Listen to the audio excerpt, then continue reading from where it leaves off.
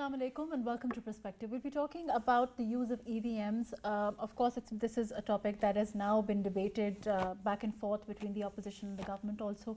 We've seen the opposition reject it. We've also seen a lot of assertions being cast on the use of EVMs in the next general elections. We'll be talking about that. We'll also be talking about what the Election Commission seems to think about their use. What are some of the pros and cons that are being now looked at as far as the use of EVMs in the next elections are concerned, as far as promoting fairness in the next elections are concerned, as far as use of EVMs all over the world and their benefits and the problems that are being faced. Some countries, of course, not using them at this time. All of that today on Perspective. We'll also be talking about, of course, the NAB chairman and the ordinance that the government has fielded, the reaction of the opposition, the rejection of it, all of that a little later on. I have with me Rashid Chaudhry, who's team leader FAFIN. Thank you for joining us today. Ahmed Bilal Mehboob, who is president PILDAT. Thank you for being with us. Qamar Mohammad Dilshad, who's former secretary ECP. Thank you for joining us. And Sarwar Bari, who's a political analyst. Thank you for being with us. Before we go on, our team has prepared. Okay. Rashid Saab, let's start off with you. We are, we've seen the debate over the EVMs. We've seen the stance of the government as far as the use of electronic voting machines are concerned. Of course, the Prime Minister is adamant to and believes that they will promote fairness. They will lead to an election that will probably go down better in the history of Pakistan. He's also said so. What's your take on this? Thank you. The debate on EVM is now entering into second or third month, I think. And government has taken many stands. First, it was adamant in introducing, and then when it went to Senate, then it was kind of rejected by the Senate committee. And afterwards, the government put it on the agenda of the National Assembly for a motion to bring it into the joint session. But then we saw many statements, many ministers coming out and saying that we are going to forge consensus and we are negotiating with the opposition, and there was talks of forming a parliamentary committee, a joint parliamentary committee of opposition and the government, treasury benches. And I think that was the best course to go with these radical changes in the election system, including EVM overseas, and also the package of other electoral reforms that is kind of wholesale reforms that also suggest to change the systems of delimitation, the voter registration. So I think the best way for government was and is to negotiate with the opposition parties. Delimitation and also voter registration. Right. I want to come on and talk more about that. I'll come back to you. I'm going to go to Ahmed Bilal Mehboob Saab. Bilal Saab, as far as the use of EVM is concerned, of course, we've seen a lot of, like Rashid Saab is saying, there has been a couple of steps that have now been taken towards using them. But that doesn't mean that there is, any less of disagreement over them. What do you think is behind it mainly? What is behind this rejection of using the EVMs, this vehement reaction that's come out from the opposition? I think first it is mistrust. It's politics. Mistrust is that a government is out to rig the elections or manipulate the elections to engineer the defeat of the opposition. So that is what opposition believes. And they are not ready to trust it on the face value.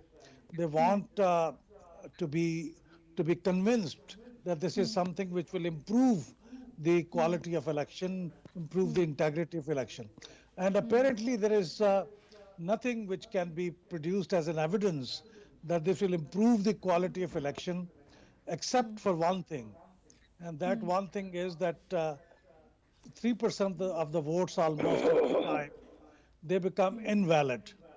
And with the use of electronic voting machines, that will be reduced to almost zero. So that is the only advantage which I see But if we look at the problem, what basically brings that mistrust of electoral system, that I don't think can be addressed by electronic voting machines, because basically the mistrust is on a larger canvas for the reasons which cannot be addressed by electronic voting machine. So therefore, So many you're people saying that think it that it's doesn't a waste have, it of time. doesn't, really prima facie have anything to do with whether the EVMs will prove to be an asset or not, whether they are going to contribute to maybe a fairer election, a fairer general election.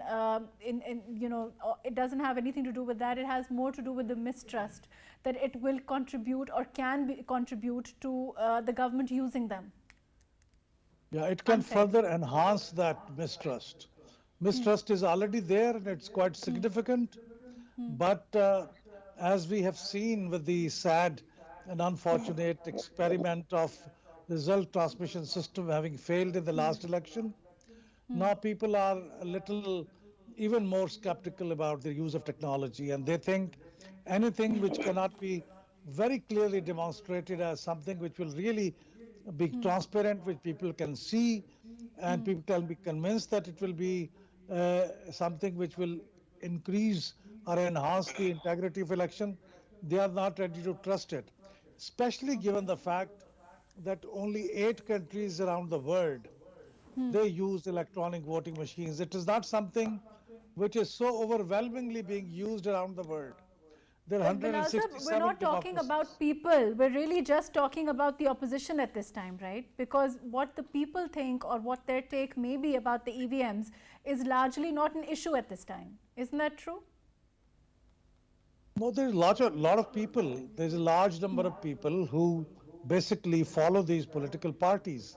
They support Right. these political parties and they follow what political parties tell them. I'm not necessarily saying it's a majority. It is yet to be determined, but a sizable number of people who follow these political parties, and even those who do not follow any political party and they are independent people, they have questions about the electronic voting machine. So until they are convinced, and as Rashid Saab was just saying, as long as there is no dialogue and there is no, I think it's not only going to be a dialogue for a day or two. There's going to be a dialogue for extended period of time where one party convinces the other, or both parties convince part of the argument to each other. Only then it will be possible to restore the trust and people can agree to something about the electronic voting machines. But till the time there is no dialogue and there is no real discussion on the issue, I don't think people will have any trust in the Right. Let me come electoral back to you. I'm system. going to go to in Kanwar general. Mohammad Dilshad. Ji, Kanwar Sahab, do you agree? You think that a dialogue will resolve the issue or can potentially resolve the issue as far as the opposition is concerned, as far as the political parties are concerned, and perhaps trickle it down to the people because the mistrust that Bilal Sahab is talking about can perhaps be dealt with that way? Mr. Ahmed Bilal Mehboob is rightly saying that the electronic voting machine, the people of Pakistan are not in favor to accept it because the government of Pakistan and his cabinet minister sabotage all the system of the electronic voting machine by abusing the Election Commission of Pakistan. It is a well-known fact that under Article 218, Election Commission of Pakistan is obliged to conduct election impartiality, neutrality, and objectivity.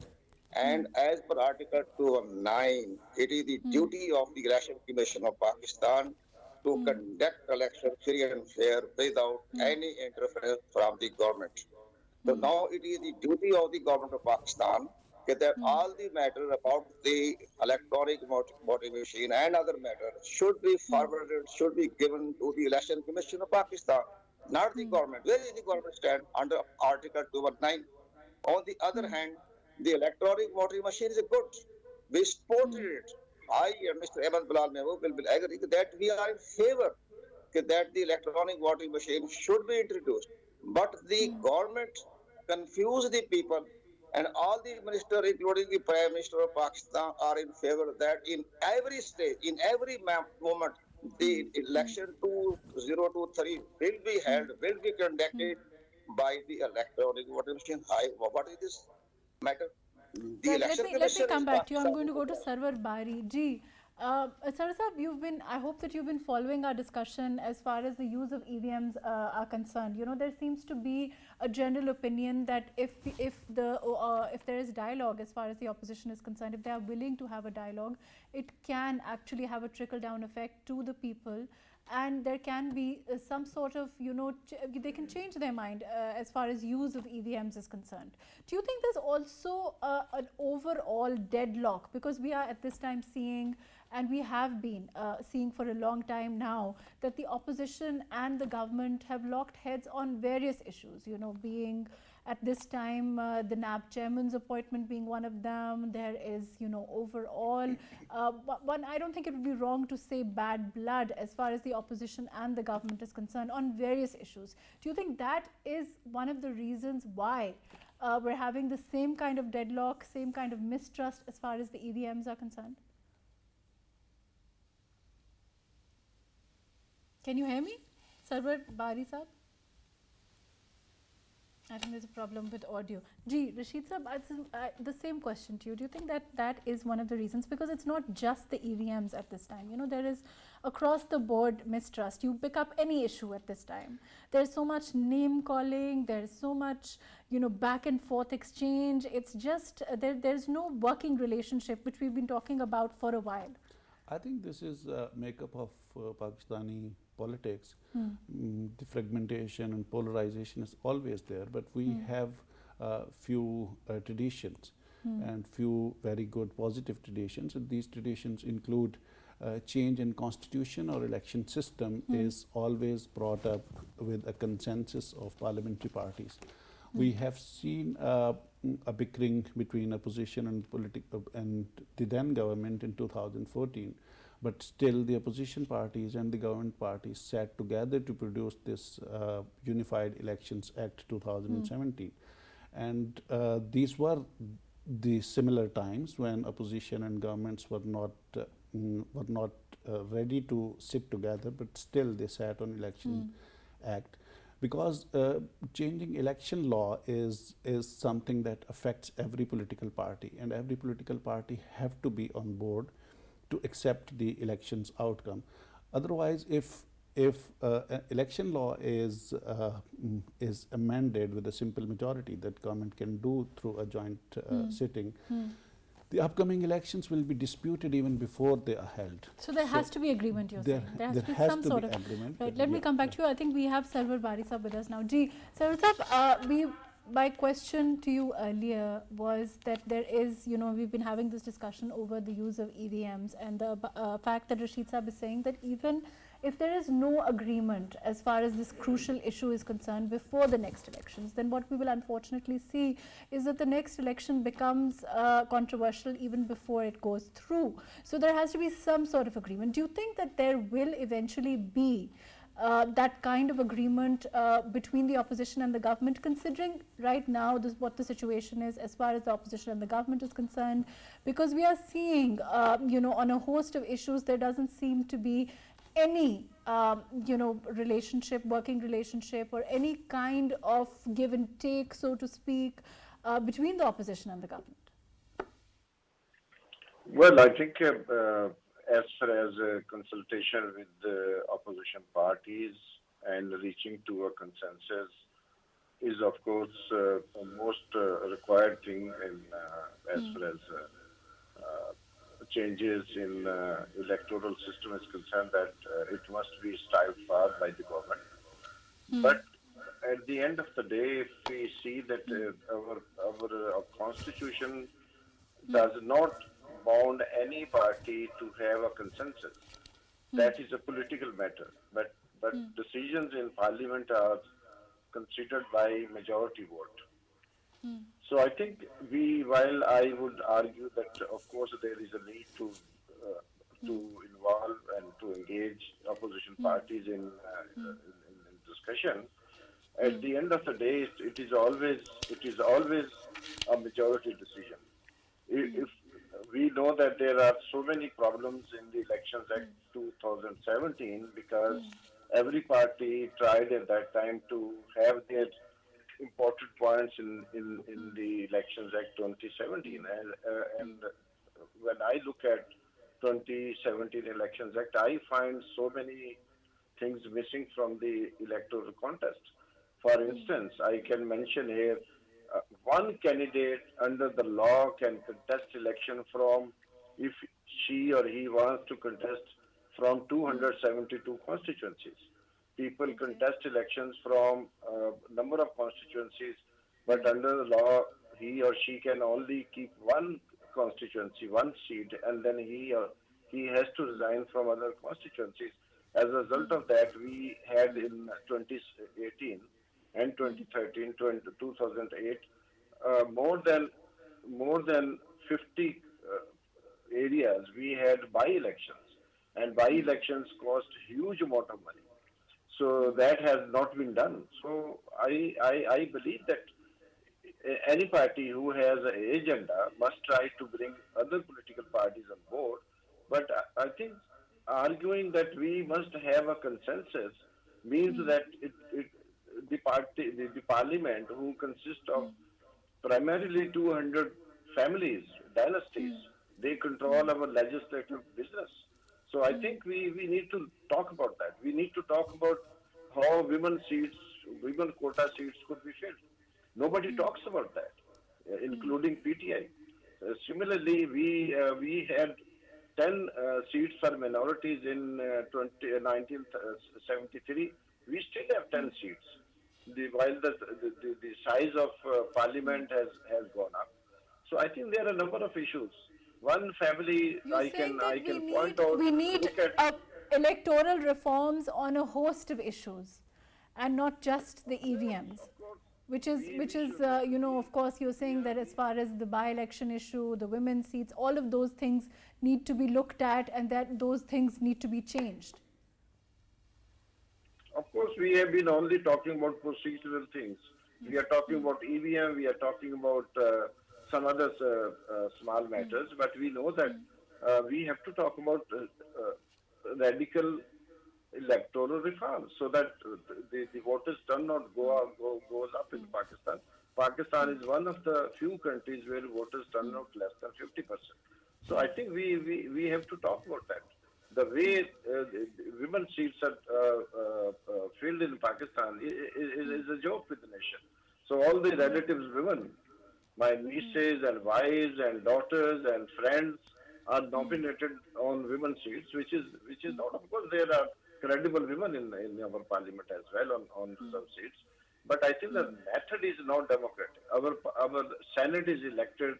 Everybody knows how our Senate is being elected. We need to have a better system for Senate elections as well. Nobody is talking about that. Neither civil society nor opposition. Now, I think we should put forward a number of electoral reform to all the opposition parties and to PTI, especially regarding these. Okay, let me come back to you. I'm going to go to Ahmed Bilal Mehboob Sahab. Ji, Bilal Sahab, I think that Sarwar Sahab raises a fair point when he says that, of course, as far as electoral reforms are concerned, EVMs are not the only issue. I mean, there are, of course, a host of other provisions that need to be looked at, that can be changed before the next election, before as far as the general election are concerned, women seats. According to him, being one of those, as far as the by-election issue being another important issue that has been talked about now and again. So all of those issues are also extremely important. Do you think that, as far as the EVMs are concerned, of course, in terms of the next elections, there needs to be, the Election Commission has also taken a stand. They need to make a lot of changes. There needs to be a lot of technical issues need to be dealt with as far as EVMs are concerned. So, of course, there has to be a move towards dealing with that, perhaps urgently. Yes. I think EVMs have been very unfairly dominating the entire debate on electoral reforms for quite some time. It is not that there are no other electoral reforms proposals. Actually, the two electoral elections to Act 2017, there are two acts which are meant to bring amendments to this act. They are before the Parliament, and they are concerning about 50 sections. Out of these 50 sections, only one is EVM, and another is voting for overseas Pakistanis. But we have seen in the past few months, the entire debate has been dominated by these two. So I think it is a duty of the media, civil society, and even political parties to raise questions about other reforms which have either been brought to the table by PTI through these two acts, through these two bills, or it may be other political parties. But you know what happens when there is, usually we have seen in Pakistan, these kind of reforms finding their way after a committee is formed, after a joint committee is formed, then that committee starts debating. And in addition to the initial proposals, some more proposals also come into discussion, and eventually then they agree on a package of reforms which are then passed by the Parliament. That is the procedure how it goes. We have seen that happening in the case of 1973 Constitution. We have seen that happening in the case of 18th Constitutional Amendment. We have seen that happening in the case of some other amendments which have been passed either during Pakistan People's Party times or during PMLN times when all the electoral laws were consolidated into Elections Act 2017. So we will have to sit down, we have to form a committee, a discussion has to take place. Initially, there may be a problem and people refuse to talk. And we have seen that happening in 2017 when, even before 2017, when PTI legislators walked out and they refused to be part of that electoral reforms committee. But after the sit-in was called off, they came back, and eventually the Elections Act 2017 was passed with consensus. So yes, consensus is not a requirement of the Constitution, consensus is not a requirement of a law, but it's absolutely essential. It's absolutely essential. Right. I want to go to Kanwar Dilshad Saab with this. Ji, Kanwar Saab, isn't it? I mean, of course, you know, we have. It's true that it's not a requirement, which is, I think, what Bilal Saab is saying, and I think he raises a fair point when he says it's not a requirement, but it's essential for there to be, you know, to eliminate that controversial element, because you know even now we are 3 years are over as far as this government is concerned, and we are hearing a lot of talk about the last general elections. There is a lot of mud being thrown, and there always is. I mean, it's not new. So there has to be some end to that, and maybe the government wants to put an end to that controversiality that invariably happens as far as the elections are concerned.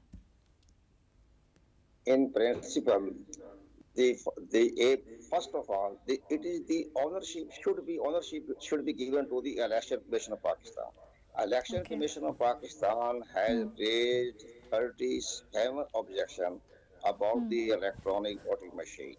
So first of all, the government of Pakistan and its ministry should resolve and satisfy the Election Commission of Pakistan about the electronic voting machine. First of all, this is the duty of the government, Science, Technology Ministry, all the stakeholders, including the government of Pakistan. But unfortunately, Election Commission of Pakistan has been sidelined. There is no consultation with the Election Commission of Pakistan. There is no communication with the Election Commission of Pakistan. And federal government and its ministry, otherwise, are working on the other side. But Election Commission of Pakistan is totally ignored about the government policy, about the electronic voting machine. So, first of all, I and Mr. Ahmed Bilal Mehboob and Sarwar Bari is of the view that these, first of all, the Election Commission of Pakistan should be satisfied about the electronic voting machine. On the other hand, it is a good. On the other hand, if the electronic voting machine is not being introduced in the next general election, first of all, it is the duty of the government of Pakistan and the National Assembly Parliament that the RTS system should be introduced in a good way. On the other hand, biometric system should be introduced in consultation with the NADRA. Both systems will be good for the next general election. As far as the electronic voting machine, it is being disputed. No action, no the Election Commission of Pakistan will not take ownership of the electronic voting machine. So this chapter has been closed. It is my considered opinion that the electronic voting machine should be sidelined and the RTS system and the biometric system should be introduced in a good way in consultation with the NADRA. And the election will Sarwar be Saab, do you free agree? and I mean, fair. not that RTS system doesn't have its own controversiality associated with it even till date, which is what I was saying. You know, 3 years have finished has lapsed as far as this government is concerned. Well, I think as far as technology is concerned, we need to go back and visit the report which Election Commission had produced on 14th November 2017 regarding use of technology. Let me read it. It says that this is the Election Commission of Pakistan code. It would be more appropriate and wise to keep conducting multiple pilot projects in urban as well as rural areas of the country by engaging all the voters of that constituency to make the overall system robust, speedy, reliable and accurate. And it further says that ECP is a technology progressive organization which is striving to achieve goals by engaging all the stakeholders, keeping the world's best practices and enforcing the international standards in the field of electoral technology. Now this is in 2017. Election Commission had committed in 2017 to keep on conducting multiple pilot projects in urban areas and in rural areas and for every voter. Election Commission has not done that. Then if you read the strategic plan of Election Commission of Pakistan 2019 to 23, it is in front of me on its page 30. Pillar 8 of the strategic plan is, I quote, conduct more pilot tests of electoral technology, including EVM, biometric verification machines, and overseas voting mechanisms to develop feasibility studies for operational and legal consideration by Parliament and other relevant authorities. And by 21st December, the feasibility report will be available. Now, the Election Commission has not done anything against its own strategic plan. It is Election Commission's big failure. Now, I think also the Supreme Court of Pakistan had directed Election Commission to use technology which Election Commission has not done. And I'm amazed. You're saying that the onus is really on the Election Commission. We are Right, election. fair enough. Unfortunately, that's all the time that we have before we move on to the next segment. Thank you so much for being with us. Ahmed Bilal Mehmood Saab, thank you for joining us. Kavar Mohammad Dilshad Saab, thank you for joining us. Sarwar Bari Saab, thank you for being with us. We'll be taking a short break before we go on to talk about the NAB chairman and his the ordinance talking about his reappointment, tenure, all of that. We'll be back after a short break.